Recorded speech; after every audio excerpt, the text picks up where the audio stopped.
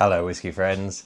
So, wasn't too long ago, I grabbed a couple of these really big Wild Turkey bottles and decided to give it a bit of a blind tasting. And surprisingly, out of all of that, this actually came up as one of my favorites. Now, one of the YouTube followers, subscribers, Chili657, reached out and said he thinks that it might have been a little bit more because of the neck pour, and there was a couple there that wasn't included in that. So he threw out the challenge to me, and you can give him a like on a sub on his YouTube there as well. He threw out the challenge to me to have another crack at it. He had a few of these bottles himself and has now provided 6. Now, I must say, these are some very generous sample sizes. He's gone and provided 6 samples for me to blind. I believe they're still all from that Wild Turkey range, to go and see if my opinion changes. Maybe these have been open for a little bit, so they hopefully have opened up a bit more, and to see what results I get. Also, really quite cool, he's provided all of the samples in a little envelope as to whatever they're going to be, so I'll be able to find out what they are down the line. So I'm going to go ahead and get all these poured out, and we will find out what I think of all of these and which is the best. I don't know. This is the great thing about a blind. So let's get to it. Now, I'm not going to pour them all out. I'm going to leave probably about half of it because it's otherwise going to be some quite significant pours. And I've got to get through all of these. And as much as I might enjoy a tipple, I don't necessarily know I need 6 chili pours worth of pours, because this one's really quite light in comparison, so it'd be interesting to see what that one is in the end. As far as a Wild Turkey goes, I don't know any that are that light. So with all these poured out, and without further ado, let's have a run through them. On the nose, oh God, I love the smell of bourbon. It's so good. You know that moment that the glass hits your nose and it's just like, oh, delicious. I'm just going to note or see if I can get any differences between them. The first one has basically the same profiles, but the first one is a lot more intense than the second one here.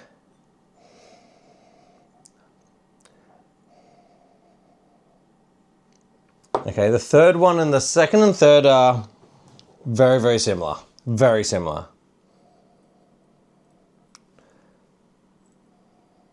Fourth one's a little more grassy.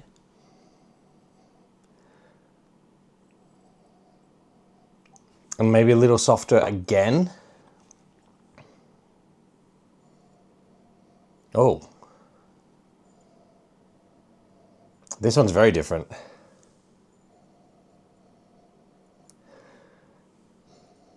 This almost has a peatiness to it. Like a smoky...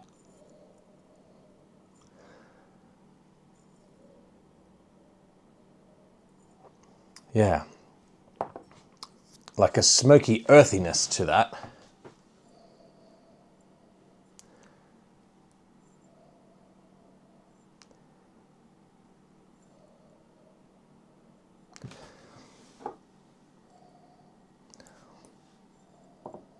I would say this 6th one is the closest to the first one, nose-wise.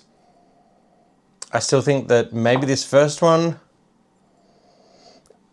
is the best, but this one has like a woodiness to it. So I think that there's quite a bit of wood on whatever this one is. So this last one may be quite aged, because I get like that dusty, woody smell lingering in behind it. So really quite interesting is there's not a lot to separate these middle three here. This one is completely different. I hazard to guess that it's even bourbon. No idea what that's going to be.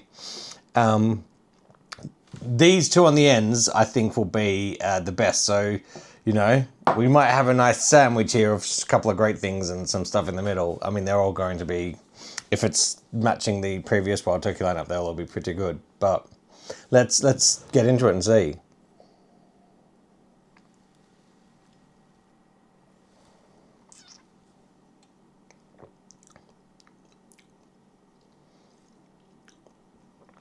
Oh, that's nice. Simple, classic whiskey.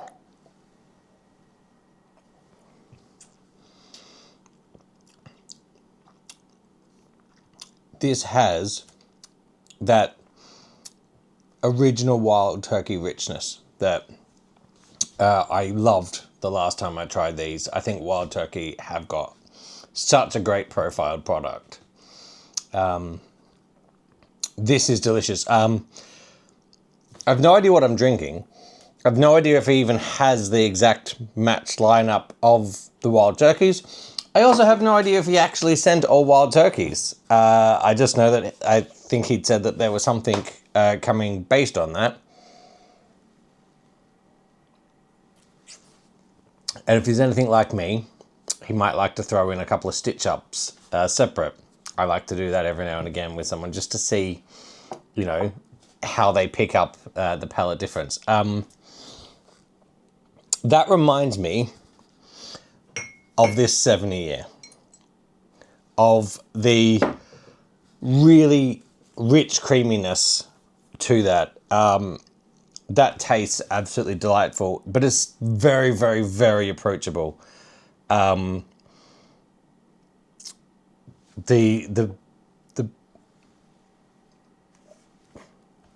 burn, the ethanol doesn't really exist very much on that. If I'm going back to what I thought about the last one, there's a little bit of that richness, that like pepperiness up front that I liked, that isn't there, which is why I think it might be the 70, but we'll see.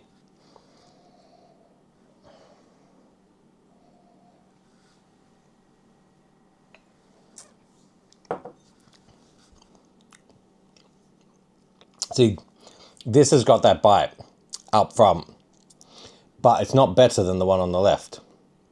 This one's got a little bit of sourness to it as well.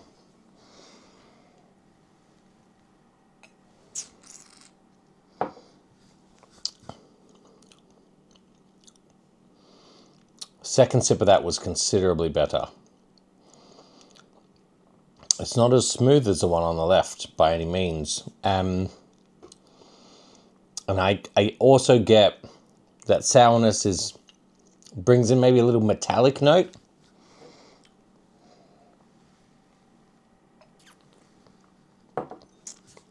That, I mean, it's still really good. But you're right, there's something in that that missed the mark. I probably wouldn't buy a bottle of that, which is really interesting because it started off great, but now like that aftertaste that hangs after you've had a few sips and you've gone through it for a bit, you get like this long delayed aftertaste. It feels like a cheaper product. I would laugh so heavily if it is the base 101, because that would be the biggest sense of irony. But there's something with that just has this metallic. No, would I buy a bottle? I mean, I buy a lot of bottles of a lot of things, but I mean, I'm picking bottle 1 over bottle 2. every day of the week right now.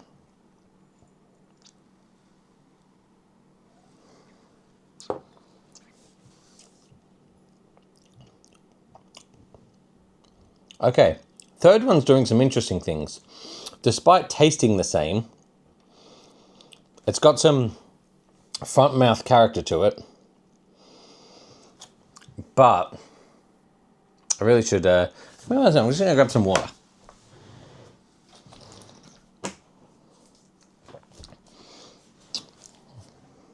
Let's give all these guys a fair shot. So,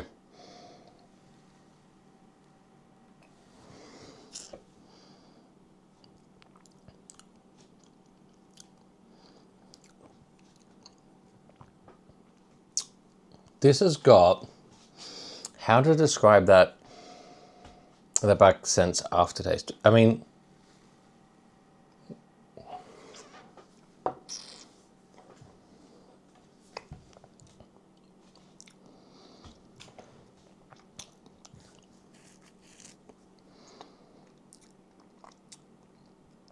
this has a little bit more woodiness to it. There's still a hint of that like metallic sourness that I was getting on the previous one, and I do think that it still is here in this profile, but it's much softer. This is, I think, I instead of buying this bottle 2, I would buy the bottle 3.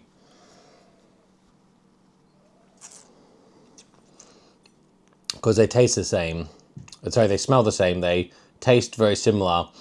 But the note that I didn't like in the 2 isn't as pronounced in the 3. And that's about the only thing that's missing or different between them. Is that little like sour metallic note off the back end.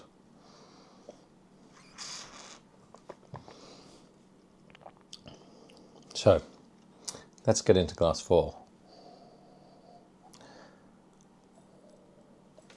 The nose on this has got a little better.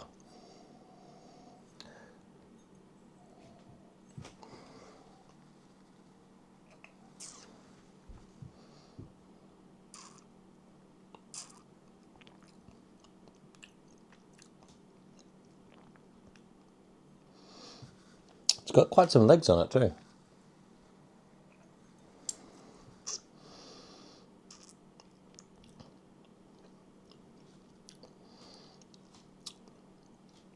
This has got a little bit more of that, I'm getting a little bit more of the dry mouth tanninness that comes with this one that, you know, you get that kind of feeling on your lips and tongues. It's also, I mean, I'm progressing through them, so I'm going to pick up on that a little bit more naturally anyway, I think, but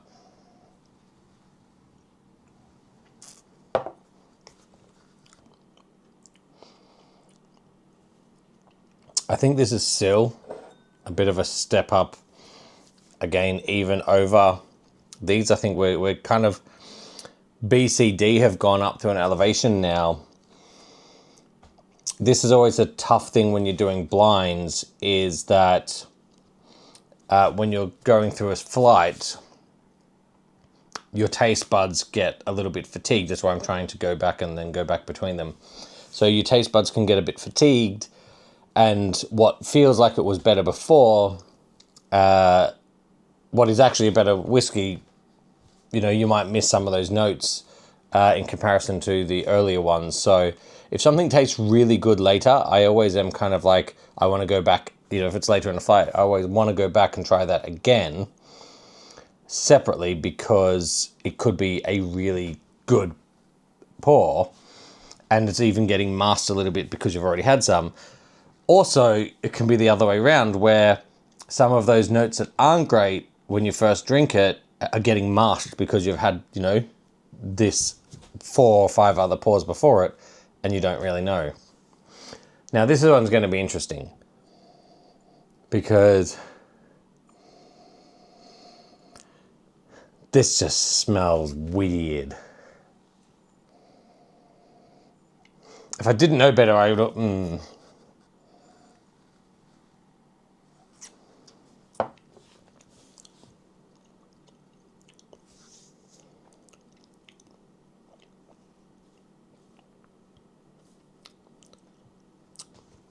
I don't know what that is.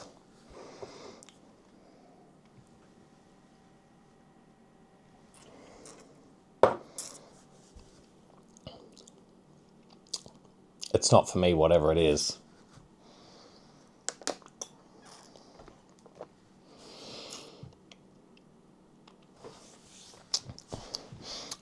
It reminds me of a Scotch. Or like a full rye whiskey, like a light.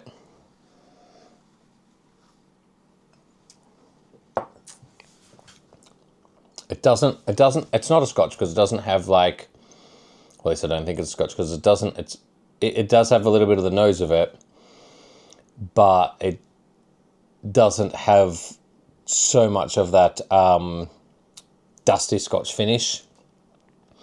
But it does taste a little bit like malty and smell quite malty and grainy.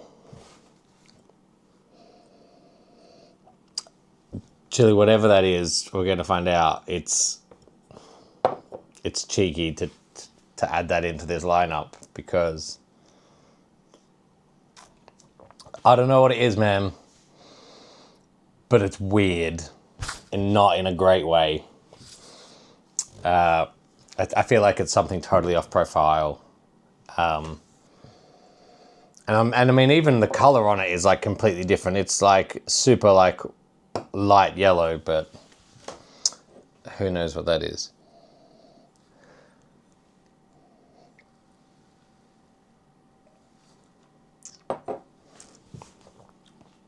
Ooh, hello. That's delicious. This is pour 6, and this is what I was talking about. Is that as you can go through stuff, you can get some fatigue, you can get something great. This has got the bite on the front. The richness carries through. I really like this. I don't know what this is, but it's fantastic.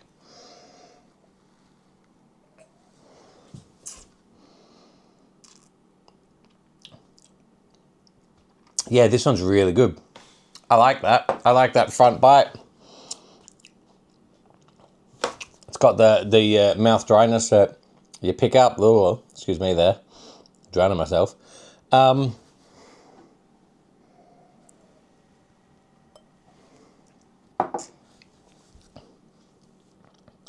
This is like an older, smoother version than this, but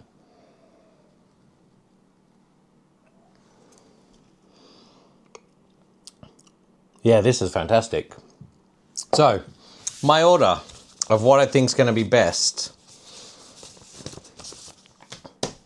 is going to be F is going to be the top. Then we're going to do A. Then I think we're going, D. Then C. Then B. And then the worst is E. I think that this may be the 70-year. If I was going off my last tasting, this 101 base is the one on the end here because that was the one I liked the best. If that matches to being that, then that tells you that 101 base is the best pour. So let's find out what they are. Should I start with F? No, we're gonna work our way up. We're gonna work our way up for suspense. So let's find out whatever this abomination is. Oh, we've got a folded piece of envelope. Wild Turkey Rye. Not a fan. Not a fan at all. And I mean, if you've ever heard me talk, you'll know that I've still been trying to always work out my feelings on how I feel about ryes, because sometimes they agree with me and sometimes they don't. This one doesn't. No, thank you. That's a no from me on the Wild Turkey Ryes. Fantastic thing is, I never have to buy a bottle of that now. Let's move our way through to the next one. I mean, thank you just for like letting me know that that's not for me. I will. I'll give you a little bit in the glass. I'll get my wife to see what she thinks of these as well. But yeah, quite interesting. So here we have Wild Turkey Kentucky Spirit. So this is in glass B, the second one here. The Wild Turkey Kentucky Spirit. I don't think I know this bottle at all. I'll see if I can find an image of all the bottles and I'll put them up on the side there. I might reach out to Chili and see if he's got some pictures of them. So the Wild Turkey Kentucky Spirit. Again, a bit of a metallic note on the end of that. So I just need to, let me just put these around these so that we know what they all are at the end. Let's moving on to the next one, C. So number C is the Wild Turkey 8-year. So interestingly here is if the standard 101 is still in there, it's still a contender. So here is your Wild Turkey 8-year coming in third. This is getting very interesting. So two that I'd not tried before. Interestingly, they were my two lower picks. We move up to D. No, I didn't mind D. D was quite good. So let me just...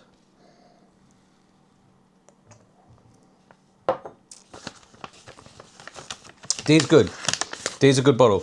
This is about the point where I'm kind of like the fourth. The first two I probably wouldn't be buying, but the top four I think they're okay to have bottles worth.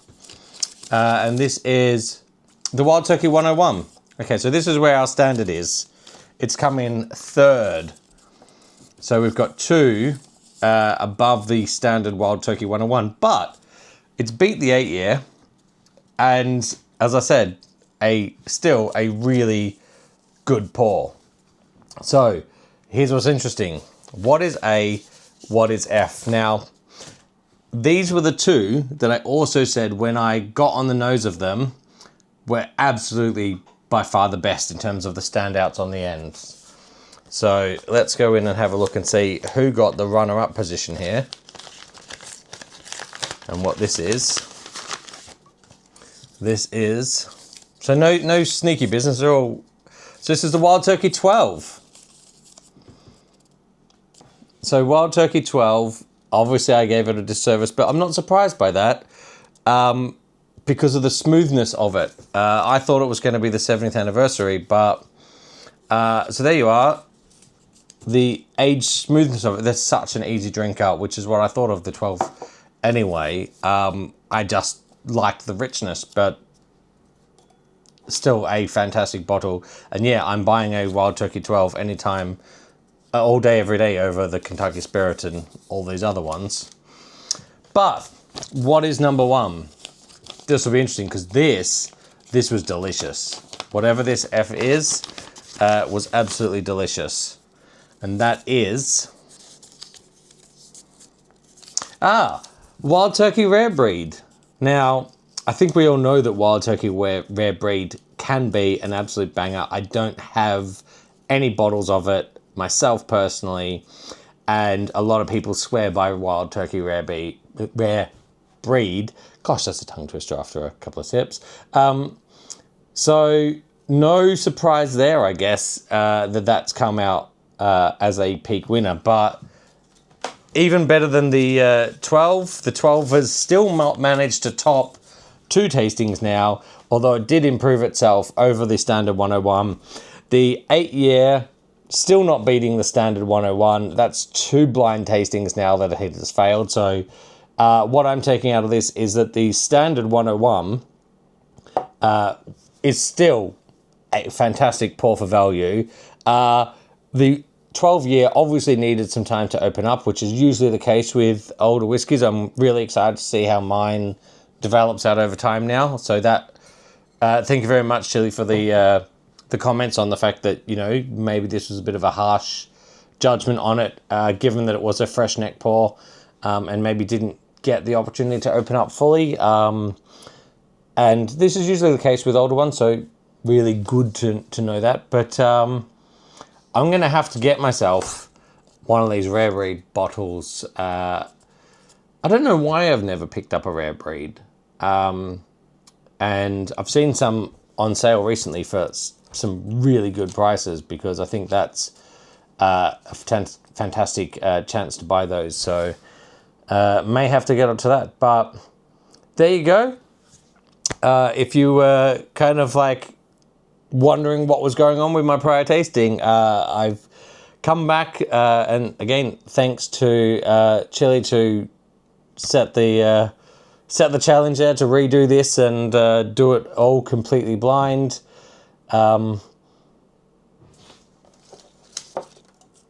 This Wild Turkey Rye, never let me drink this. It's honestly, that was not for me whatsoever.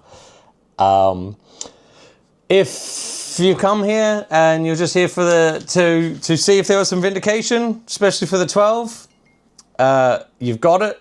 And if you were saying I should have included a rare breed in the last one, I didn't have one, and now you've seen it. So yes, it did top that. A few people have said to me kind of, you should have tried a rare breed. It's the better of all of them.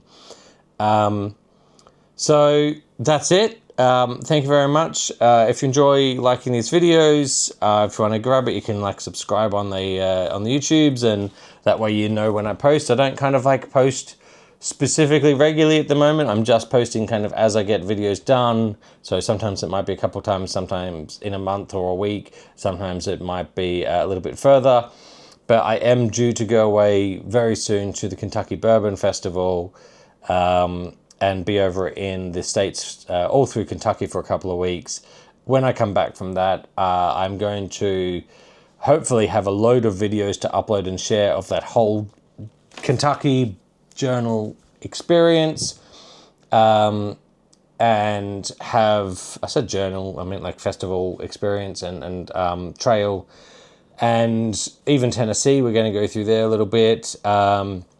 So some really, really exciting stuff that I'm expecting to kind of find out. We've got some special permissions to film in a few places that you aren't normally allowed to film, which is going to be really good. The Evan Williams bourbon experience, the boot camp, they are letting us go in and do that. So it's basically a half day. You go through the whole process of making a full batch of bourbon in a kind of pot still artisanal experience. So that's going to be really, really exciting. It's probably one of the few things that I'm looking forward to. I mean, there's so much factors that I'm looking forward to. I can't even say looking forward to it most, because that's not true, because I've got like a tastings with Fred and Freddie No. Over at Beam, we've got like a really massive tour through Maker's Mark that I'm super excited for. I'm so excited to get into Bardstown and see Danny over there and Steve. So there's so much like going on. I'm excited to get out to New Riff. So Buffalo Trace, which I've never seen, we've managed to like secure like 3 of their like big tours. So there's so much that is going to be kind of coming out of that it will really give a good, before you go to Kentucky, if you've never been and you're planning your trips and what to do. We obviously still can't even get to everything because there's so much of it, but it's going to give an opportunity to kind of give people an idea of what's going on out there if you're ever kind of planning trips, and if you're trying to like, oh, do we do this? Might give you some sneak peeks as to what to do, what to prioritize. And I'll try and put in as much information around like the stores, the facilities, the tours, what it's like getting there, what days they're open, all that kind of stuff, so that you can do your own kind of planning. And you can always reach out to me in the YouTube comments. Just, I try to like read, and I mean, I pretty much do read everything and respond to all the comments on YouTube. So if you've got any questions or want any of my thoughts on that, you can always reach out to me there or on Instagram. So yeah, I'm looking forward to it. Thanks if you're still hanging around. I appreciate it. This is your time that you're taking up, so you're obviously interested in the whiskey. So yeah, that's it. Thank you very much. Again, thank you, Chili, for sending out 5 great samples and another interesting one. And I will see you guys in the next one. Bye.